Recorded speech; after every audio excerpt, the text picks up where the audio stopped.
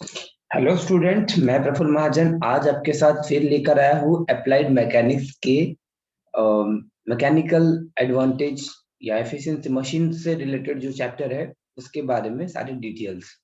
तो आपको स्टार्टिंग में जैसे आप देख सक रहे हैं, यहाँ पर आपको एक स्क्रीन दिख रही है। ठीक है, स्टार्टिंग में फर्स्ट स्क्रीन में अगर हम देखते हैं तो फर्स्ट स्क्रीन में हमें नजर आ रहा है कि यहाँ हमें जो कंटेंट है वो नजर आ रहे हैं कि कंटेंट में आपको कौन कौन सी चीजें कवर अप करनी है। तो चलिए बिना किसी देरी बिना कोई बात किए हम कंटेंट को समझते हैं। सबसे पहले हमें इसमें पढ़ना है इस टॉपिक में लॉ ऑफ मशीन को। ठीक, देन सेकंड आगे जो हम देखेंगे तो उसमें होगा मैक्सिमम मैकेनिकल एडवांटेज। ठीक है, ये रेड कलर से आप देख रहे हैं, इसे अंडरलाइन कर रहा हूं मैं। हाँ, इसके अलावा and maximum efficiency of machine, ये टॉपिक वन बाय वन हम कवर अप करते जाएंगे। दूसरा है रिवर्सिबिलिटी ऑफ मशीन। ठीक, आगे है इसके बाद में condition for the reversibility of a machine. ठीक, फिर अगला हमें पढ़ना है सेल्फ लॉकिंग मशीन क्या होती है। फिर उसके बाद हमें पढ़ना है simple study of simple machine, फिर सिंपल एक्सल व्हील, फिर डिफरेंट एक्सल व्हील, फिर single purchase crab, double purchase crab. ये सारी चीजें हमारी वन बाय वन चलते जाएगी। ठीक, जैसे कि आप देख रहे हैं यहाँ पे इन चैप्टर से रिलेटेड काफी सारे डायग्राम्स दिए गए हैं। तो चलिए वीडियो को आगे बढ़ाते हैं और स्टार्ट करते हैं अपना चैप्टर। ठीक, चैप्टर में हमने सबसे पहले देख रहे हैं, हमें कवर अप करना है मशीन्स को। ठीक, तो हमें समझना है कि मशीन मशीन क्या होती है। मशीन एक डिवाइस है, ठीक, जो कि अगर हम देखें कि एक ऐसे डिवाइस जो कि हमारा काम आसान बना दे, वो कहलाती है हमारी मशीन। ठीक, जो भी काम, जो भी मशीन, जो भी डिवाइस होती है ना, मशीन एक ऐसी युक्ति हम बोल सकते हैं जो कि मनुष्य का काम आसान बना दे। यहाँ के डेफिनेशन के अकॉर्डिंग देखिए तो यहाँ पर दिया हुआ है a tool that helps do that helps us to do work. हमें मतलब हमने बताया है कि मशीन एक ऐसा उपकरण है जो हमें काम करने में मदद करता है। ठीक है, समझिएगा। ठीक, तो इस हिसाब से ले तो जैसे ही मेरे हाथ में पेन है, ये भी एक तरह की मशीन है जो कि मेरी लिखने के काम को आसान बना दे। एक तरह से हमने देखा जो सुई होती है ना, वो भी हमारी एक क्या मशीन ही है। बहुत सारी ऐसी हम चीजें देखते हैं नॉर्मल से नॉर्मल जो कि हमारे मनुष्य का काम आसान बना देती है, वो मशीन की कैटेगरी में आती है। मशीन सिर्फ वही नहीं होगा कि वही भाई जिसके भाई बहुत सारे यंत्र लगे हो, जिसमें कि बहुत बड़ी मैकेनिज्म लगी हो, मशीन उसे नहीं कहेंगे हम। मशीन मतलब एक सिंपल सी वो भी डिवाइस जो कि हमारे काम को आसान बना दे, वो हमारी मशीन की कैटेगरी में आएगी। ठीक, तो चलिए आगे बढ़ते हैं, समझते हैं इसको।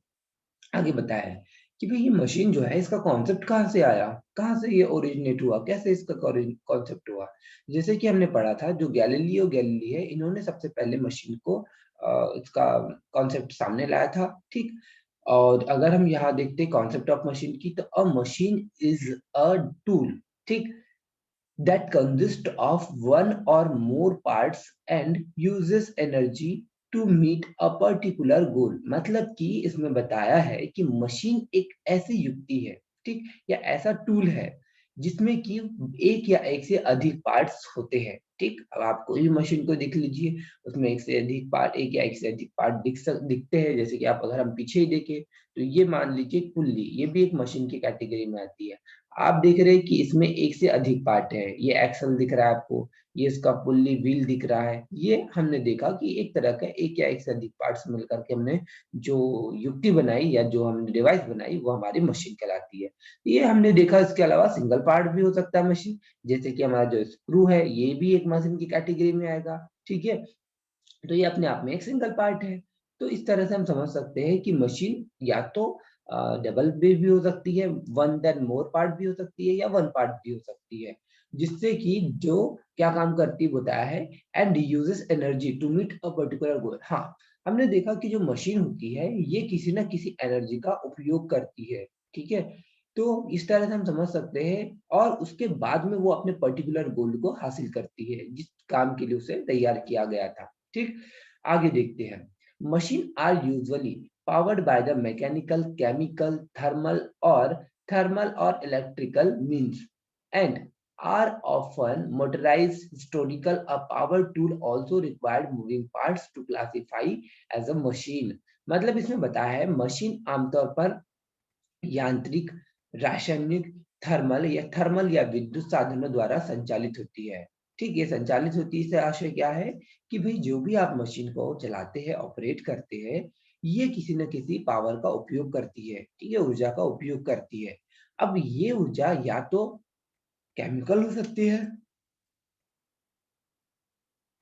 फिर मैकेनिकल भी हो सकती है, या फिर थर्मल भी हो सकती है, या फिर थर्मल इलेक्ट्रिकल भी हो सकती है। ठीक, तो ये बताया है।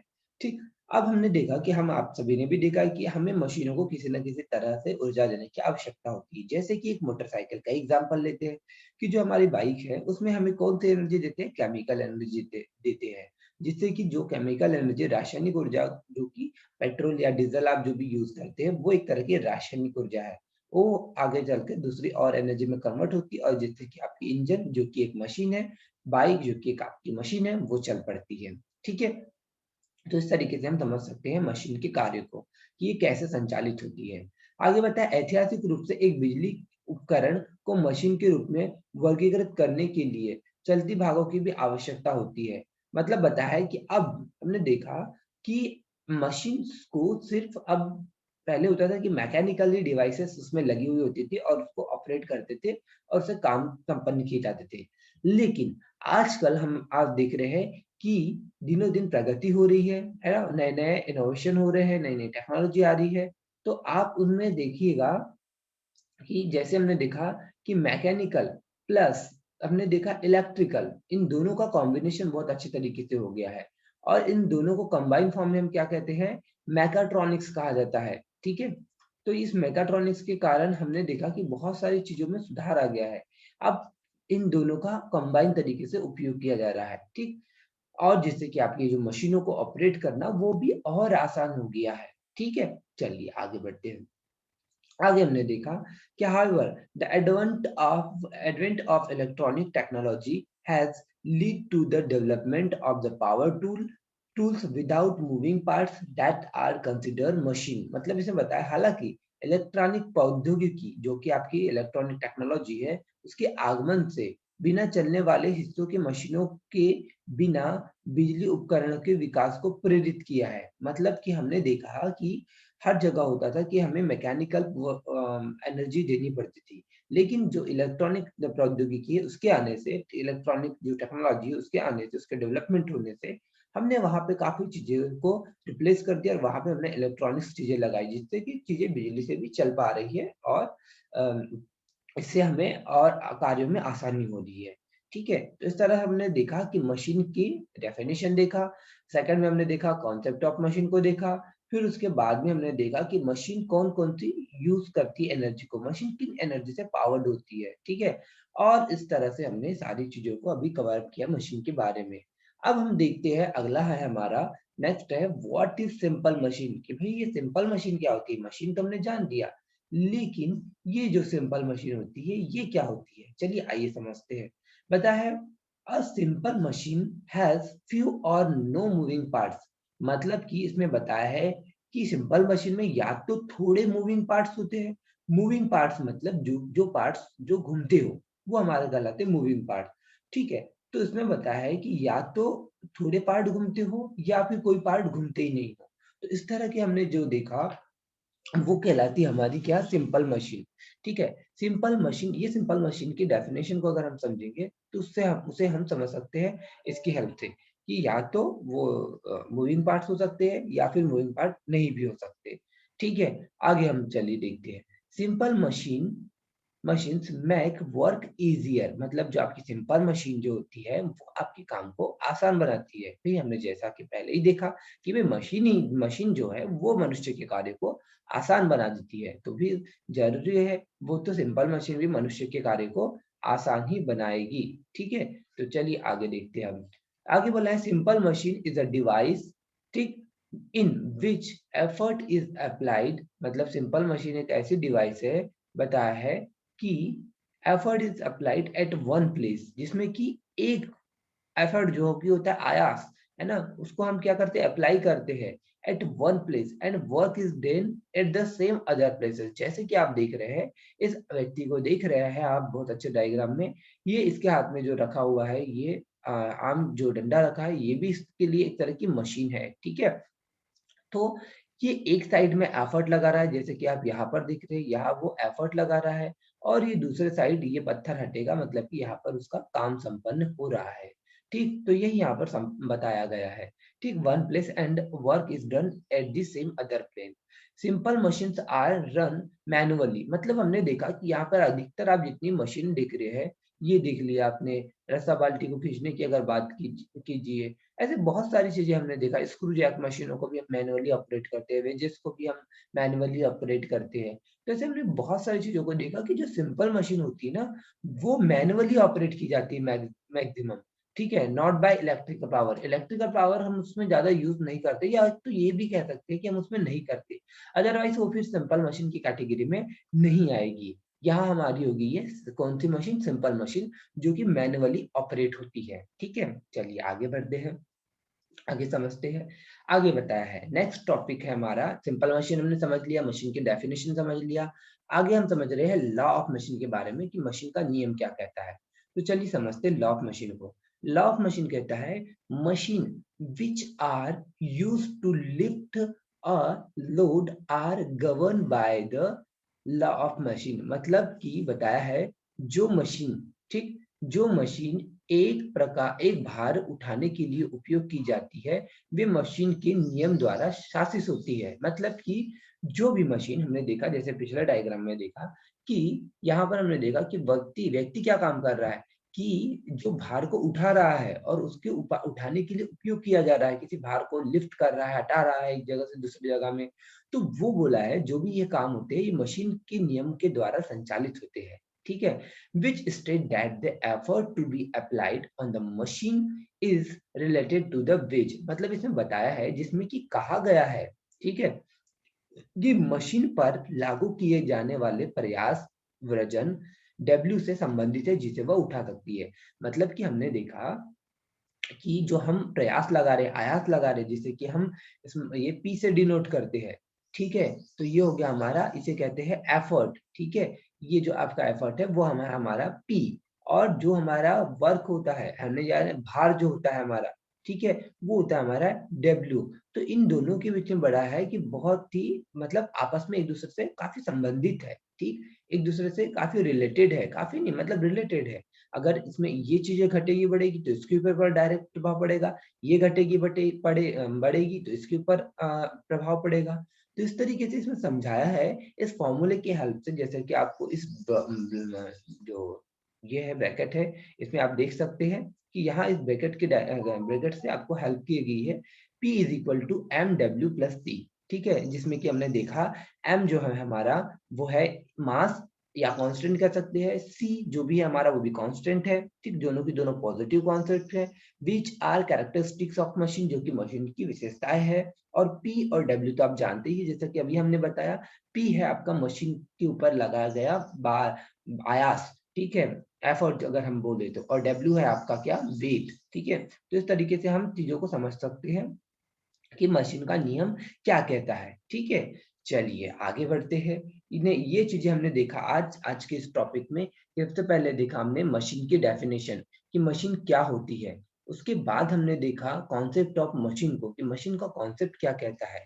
देन नेक्स्ट हमने देखा कि मशीन किन-किन पावर से ऑपरेट होती है। जैसे हमने देखा इलेक्ट्रिकल, केमिकल, थर्मल, ठीक? ये सारी चीज़ें देखा। फिर हमने देखा कि व्हाट इज़ सिंपल मशीन? ये भई सिंपल मशीन क्या होती है? मशीनों के भी हम हमने आगे देखे, तो प्रकार देखे कि भई अलग-अलग मशीनों को क्लास में कैटेगराइज़ किया गया है, वो हमने समझा। अब आगे हम पढ़े हमने तुरंत में लॉ ऑफ मशीन के बारे में। मशीन का नियम क्या कहता है? तो मशीन के नियम को भी हमने समझा कि भई जो P है, एफर्ट है, और W जो हमारा वेट है, इन दोनों में एक क्लोज़ रिलेशन होता है, वो हमने समझा। ठीक? अब आगे अगर हम देखें तो मशीन के मैकेनिकल एडवांटेज, ठीक है, कि क्या-क्या मैकेनिकल एडवांटेज होते हैं, इसमें हम समझेंगे। तो हमने देखा कि मैकेनिकल एडवांटेज, आइए थोड़ा समझते हैं। Mechanical advantage is the measure of the force amplification of achieved by a tool, mechanical device और machine system. Ideally the device preserve the input power and simply, मतलब हमने अगर देखा मैकेनिकल एडवांटेज क्या होगा, कि भाई मशीन के ऊपर हमने जितना फोर्स लगाया उससे हमें जो उसके एवज में जो हमें कार्य कर मिल रहा है वो हमारा कहलाता है मशीन के द्वारा किया गया कार्य, जो कि हमारे काम को आसान बना दे। पहले होता था कि हम उसको मैनुअली करते थे तो काफी कठिन होता था, लेकिन अब मशीन की हेल्प से किया तो वही हमारा जो एफर्ट है वो थोड़ा बचा, एडवांटेज भी हमें उतना ही मिला। तो हम उसको एक तरह से कह सकते हैं कि वो मैकेनिकल एडवांटेज की कैटेगरी में आता है। ठीक है, चलिए, जैसे यहाँ पे समझा, यांत्रिक लाभ एक उपकरण, यांत्रिक उपकरण या मशीन प्रणाली का उपयोग करके हासिल किए गए बल प्रवर्धन का एक उपाय है। ठीक है, मतलब हम फोर्स तो पहले भी लगाते थे विदाउट मशीन के, लेकिन हम जितना इनपुट देते उतना हमें आउटपुट नहीं मिलता था।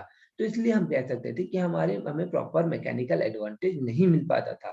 ठीक है, जैसे हम की मैकेनिकल एडवांटेज की अगर हम बात करें तो आपको याद होगा कि W अपॉन P, ये फॉर्मूले से हम क्या करते हैं, मैकेनिकल एडवांटेज को डिनोट करते हैं। ठीक है, ये हमारा हो गया फॉर्मूला। तो हमने देखा कि इसे ऐसे हासिल किया जा सकता है। अब हमने देखा आदर्श रूप से उपकरण इनपुट शक्ति को संरक्षित करता है। ठीक है, अब हमने देखा threats of force against the moment to obtain a desire amplification in output force, मतलब कि भई हमें मशीन से कोई काम लेना है तो कुछ आउटपुट फोर्स लगाना पड़ेगा, मशीन में कुछ मूवमेंट का होगा, तब जा करके हमें डिजायर वर्क मिलेगा। ठीक, आगे बताया है, machine components designed to manage forces and movement in this way are called mechanism। मतलब कि मशीन के हमने देखा कंपोनेंट को एक प्रॉपर अरेंजमेंट में फिक्स किया जाता है। आप देखिएगा कि हर एक मशीन में अगर हम देखते हैं तो यहाँ जैसे आप देखिएगा कि सबका एक अलग अलग अरेंजमेंट दिख रहा है। इस पहले डायग्राम में अलग अरेंजमेंट है मशीन का, इस दूसरे डायग्राम में अलग है, तीसरे डायग्राम में अलग है, चौथे में अलग है, पांचवें में अलग है, छठवें में अलग है। तो इन सभी मशीनों में मैंने देखा तो प्रॉपर अलग अलग मैकेनिज्म या उसका मशीनों का अरेंजमेंट बना हुआ रहता है, जिससे कि हम डिजायर्ड वर्क कर सके और जिससे कि एक प्रॉपर तरीके से मशीन में जितना मूवमेंट कराना चाहे उतना ही मूवमेंट हो, अनावश्यक उसमें हलचल ना हो।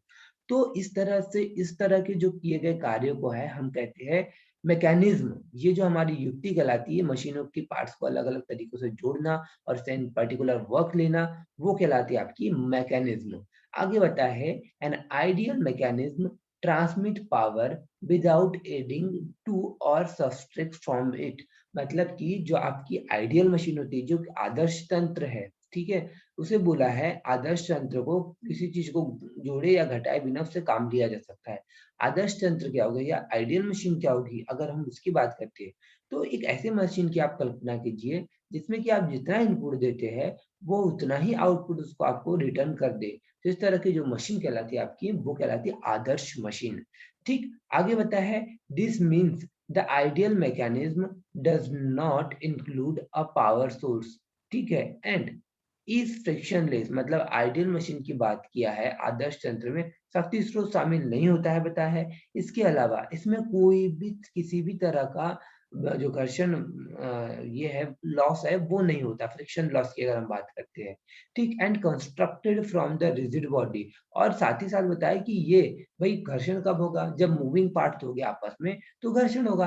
अब यहाँ पे घर्षण तो हो ही नहीं रहा है, तो इट मीन्स कि यहाँ पे मूविंग पार्ट नहीं है। तो बताया है कि इस तरह की इसमें मैकेनिज्म में रिजिड बॉडीज लगी हुई होती है। रिजिड मतलब जो आपस में जैसे फ्रेम होते हैं ना, आपने देखा होगा मोबाइल टावर के फ्रेम, उसमें जब हमने देखा तो क्या वो फ्लेक्सिबल होते हैं, बिल्कुल नहीं, वो रिजिड होते हैं, आपस में एक दूसरे से जुड़े तो होते हैं, वो भी एक मैकेनिज्म का निर्माण कर रहे हैं, लेकिन वो क्या होते हैं आपके फिक्स्ड होते हैं। ठीक है, दैट डू नॉट डिफ्लेक्ट और वियर, मतलब ये डिफ्लेक्ट भी नहीं होगी अपनी जगह से और वियर भी नहीं होगे। ये सारी कंडीशन हमने देखा वन बाय वन समझ में आ रही है। ठीक, तो ये हमने आज समझा मैकेनिकल एडवांटेज के बारे में, और इसी के साथ आज की क्लास हम खत्म करते हैं और कल से हम दोबारा से नए सिरे से शुरुआत करेंगे। तो ध्यान से आप वीडियो को देखिएगा और हो सके तो वीडियो को लाइक शेयर एंड सब्सक्राइब कर दीजिएगा। Thank you very much.